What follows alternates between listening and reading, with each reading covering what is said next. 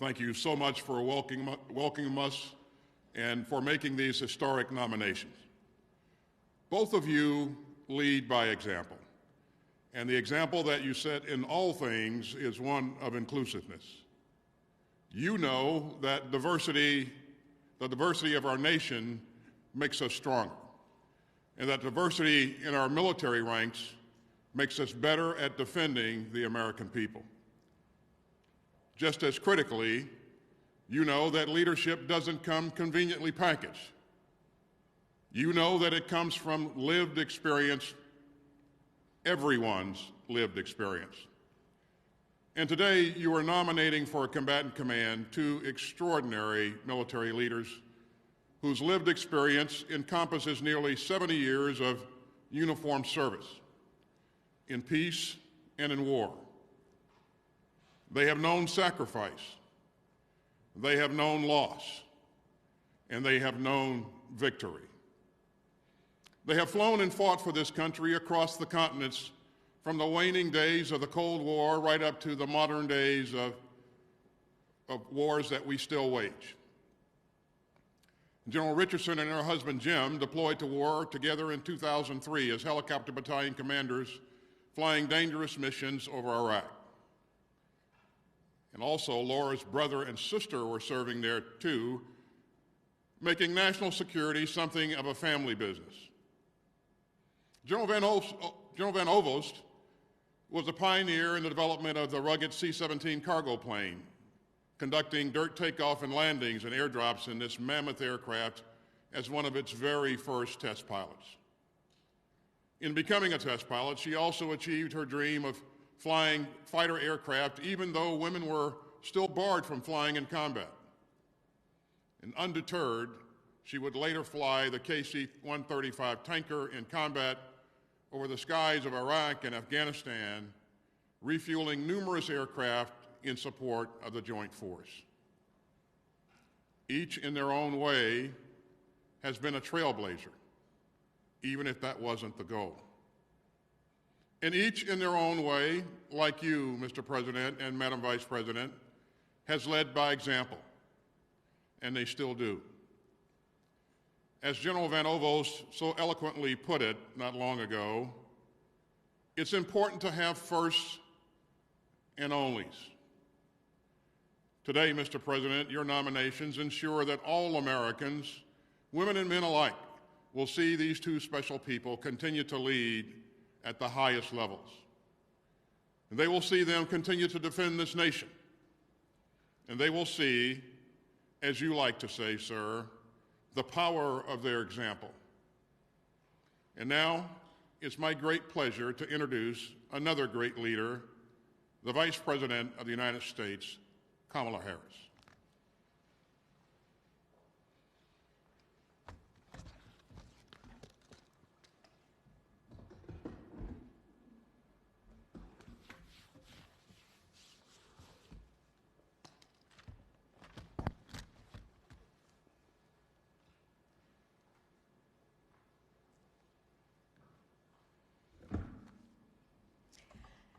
Mr. President, Mr. Secretary, military and national security leaders, we're here today for an extremely important occasion.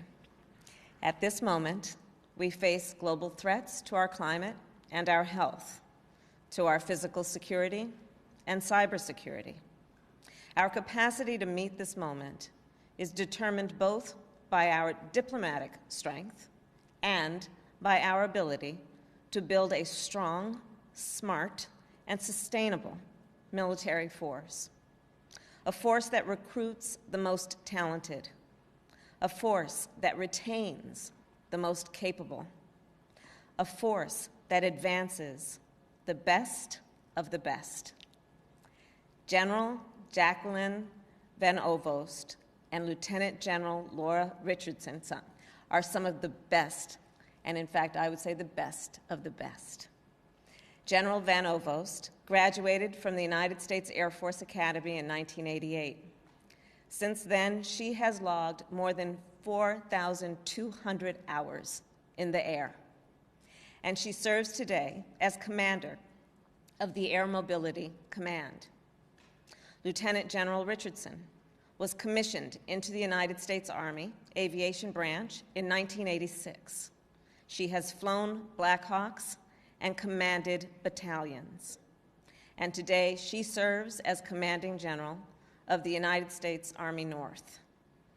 General Van Ovost and Lieutenant General Richardson have been tested under the most difficult circumstances, and they are proven leaders. The President and I have full confidence in them to address the complex threats we face, to help lead our troops, and to keep our nation safe. As it is International Women's Day, I should also mention that General Van Ovost and Lieutenant General Richardson are but two of the many, many women who have defended our nation throughout our history. During the American Revolution, women rode horseback through enemy territory to transport sensitive military information. During the Civil War, women disguised themselves as men and fought for the Union Army. In World War II, women served as spars, as whacks, as waves, and wasps. And today, women military members are stationed around the world. I say this to remind us, while it has only been 5 years since all combat jobs have opened to women, women have been in the line of fire, risking their lives to protect our nation long before that. Today, we know women make up 16% of our active duty military and 19% of our enlisted officers. We also know that women want to serve and that our military is stronger when they do. Look no further than General Van Ovost and Lieutenant General Richardson for proof. Recruiting more women to our military, adjusting policies to retain more women, enforcing policies to protect women and ensure they are heard, and advancing more women on fair and equal footing will without any question make our nation safer. And that's the work ahead. So for now, let me congratulate General Van Ovost and Lieutenant General Richardson. And with that, it is my great honor to introduce our Commander-in-Chief, President Joe Biden.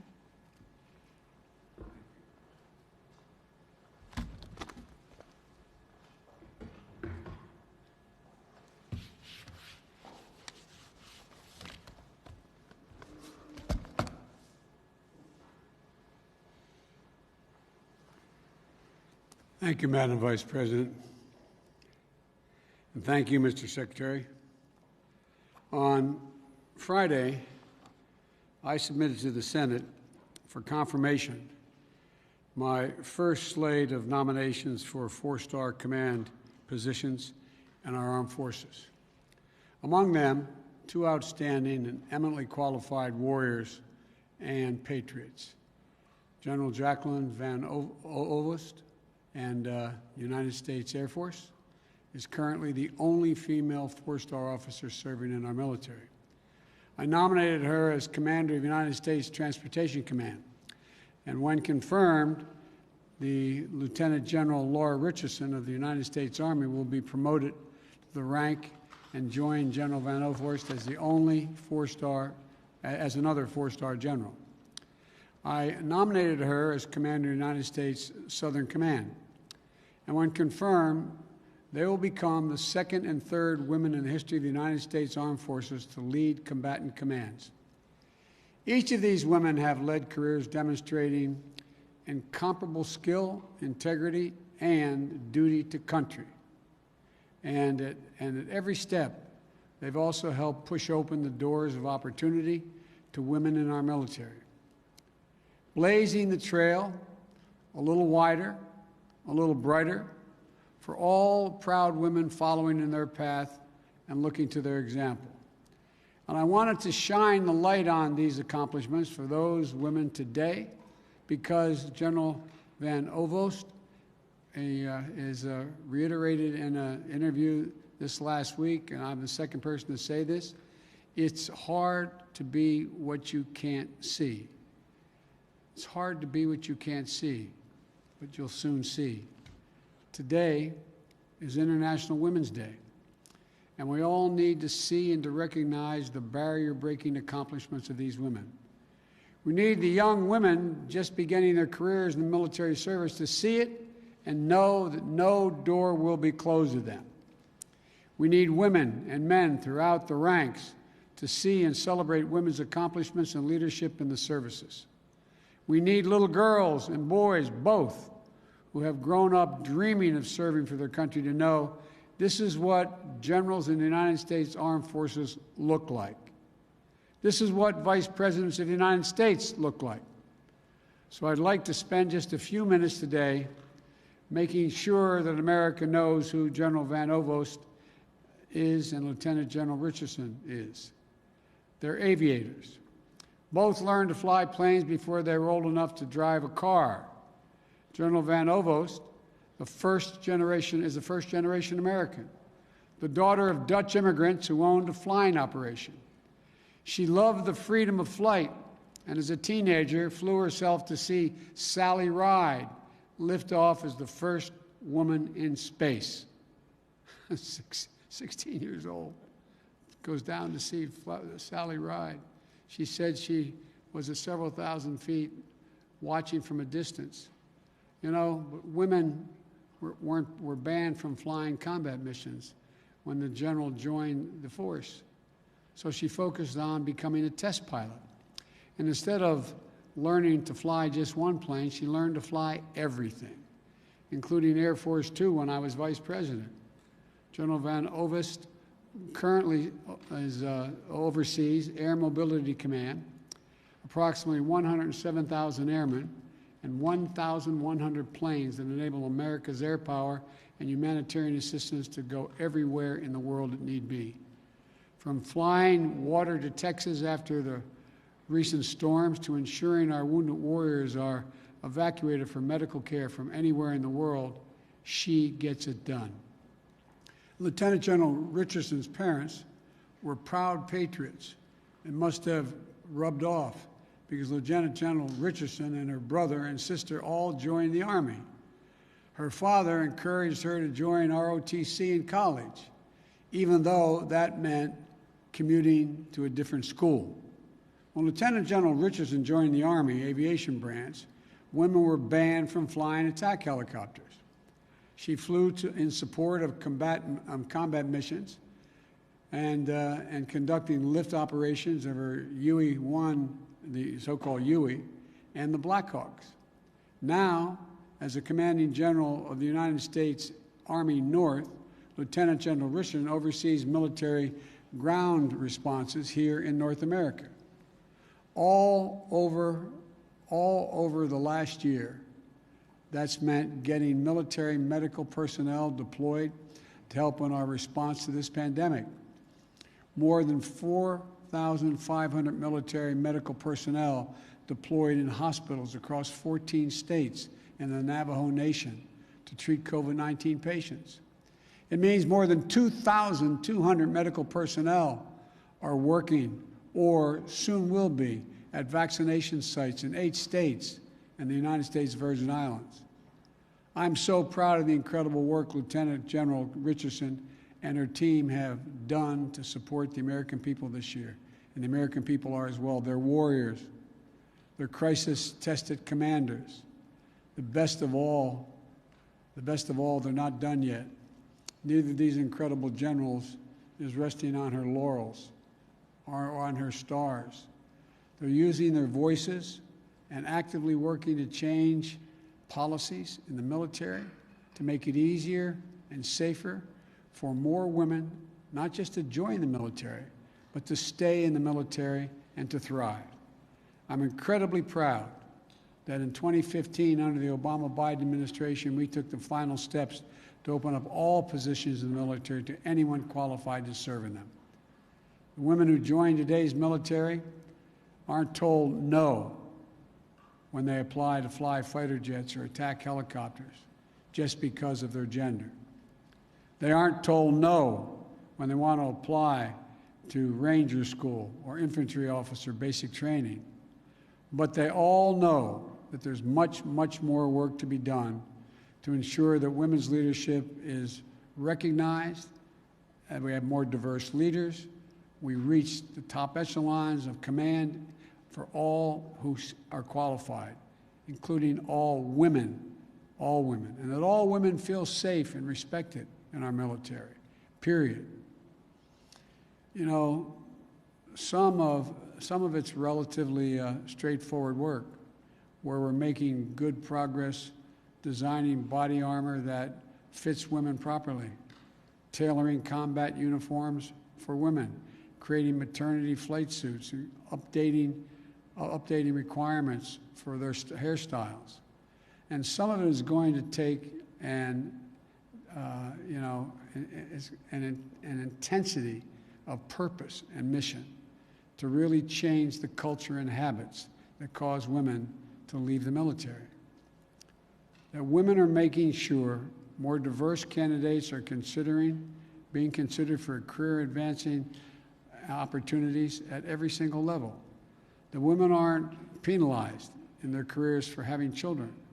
That women aren't just token members, but integral parts throughout all branches and all divisions.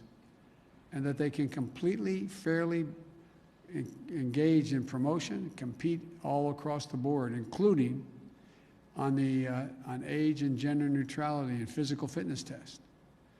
You know, that both members of the military couples can thrive while serving, like Lieutenant General Richardson and her husband, Lieutenant General Richardson, who I might add, I want to thank him for getting me off a mountain that was about 12 to 14,000 feet up on a goat path when our helicopter went down in a snowstorm. It's good to see you, General. The ride down that mountain was more perilous in the truck than it was in the helicopter, but thank you. And we have to take on sexual assault and harassment and violence against women in the military. Sexual assault is abhorrent and wrong at any time. And in our military, so much of unit cohesion is built on trusting your fellow service members to have your back. There's nothing less than a threat to our national security. I know Secretary Austin takes this as seriously as Vice President Harris and I do. That's why this first memo as Secretary was a directive to take on sexual assault in the military, and why he stepped up independent review. He set up an independent review commission on sexual assault to make concrete recommendations for changes. This is going to be an all-hands-on-deck effort under my administration to end the scourge of sexual assault in the military. And we're going to be focused on that from the very top. I know that we can do it. The U.S. military has defeated American enemies on land and air and at sea, and this is not beyond us. I want to thank General Van Ovost and Lieutenant General Richardson for their exemplary careers in service to our country.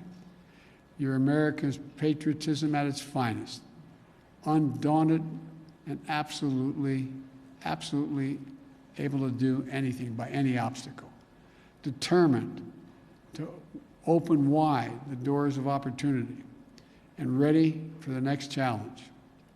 It's my great honor to serve as your Commander-in-Chief, and I look forward to hearing your active duty and recommendations of how we can work together to keep the American people safe and meet every challenge in the 21st century. So I want to thank you both, and I want to thank the former general. I keep calling him general, but the guy who runs that outfit over there. I want to make sure we thank the Secretary for all he's done to try to implement what we've just talked about, and for recommending these two women for promotion. Thank you all. May God bless you all, and may God protect our troops.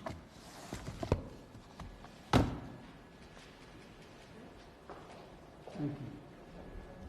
Yes, sir. Thank you. Thank you, everybody. Mr. President, can you pass voting rights with the Senate filibuster in its current form, do you think? I can talk to you about that later. What about these votes against transgender youth?